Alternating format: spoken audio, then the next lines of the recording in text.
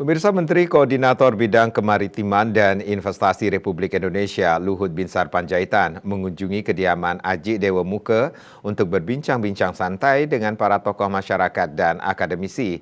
Pada kesempatan ini, Menko Marves mendengarkan berbagai pendapat dalam usaha bersama-sama memajukan negara di segala bidang untuk mewujudkan Indonesia menjadi negara maju. Binsar Panjaitan sedang berbincang-bincang santai dengan para tokoh dan akademisi yang hadir.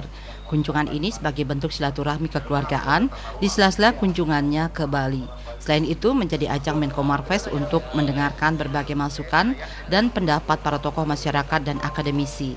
Menko Marves sempat memaparkan kinerja yang sudah dilakukan oleh pemerintah baik dalam bidang digitalisasi sampai bidang kebudayaan. Digitalisasi dikatakan sebagai langkah strategis dalam hal kemajuan teknologi serta efisiensi dalam usaha kemajuan pariwisata Bali, di mana Bali sebagai daerah pariwisata yang kaya akan budaya diharapkan tetap menjaga budaya yang dimiliki sebagai jati diri Bali. Bali ini kalau tren nasional menurut saya ekonomi kita itu salah satu ekonomi yang paling baik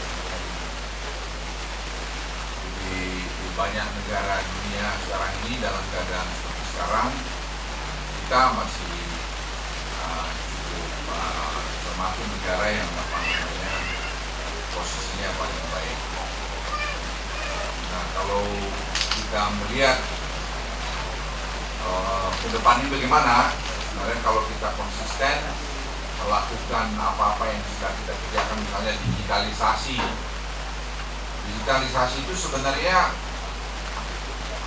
merupakan satu proyek yang sangat baik sekali untuk membuat kita lebih efisien negaranya. Dan sekarang itu sedang berjalan. Budaya Bali itu jangan sampai terdegradasi karena modernisasi. Karena itu juga menurut saya berbahaya. Jadi Bali sampai sekarang bisa eksis dengan baik karena budaya, culture-nya. Dari pengalaman COVID kemarin, kita jangan hanya bertumpu kepada pariwisata saja. Kita harus bisa mengembangkan pertanian, harus bisa mengembangkan, ya kalau tadi pariwisata jangan pariwisata saja, dan mungkin pariwisata kesehatan, mungkin pariwisata pertanian, mungkin perikanan. Itu menurut saya Bali ini perlu betul-betul dilihat, karena tetap sampai hari ini Bali masih nomor 1 turis destinasi dunia. Tapi bagaimana kita tadi mengkapitalisasi nomor satunya itu tanpa merusak culture yang ada di Bali. Silaturahmi juga diisi dengan menyerahkan kenang-kenangan beberapa buku yang berisi keanekaragaman Indonesia, makan siang dan foto bersama. Gung Istri, Bali TV.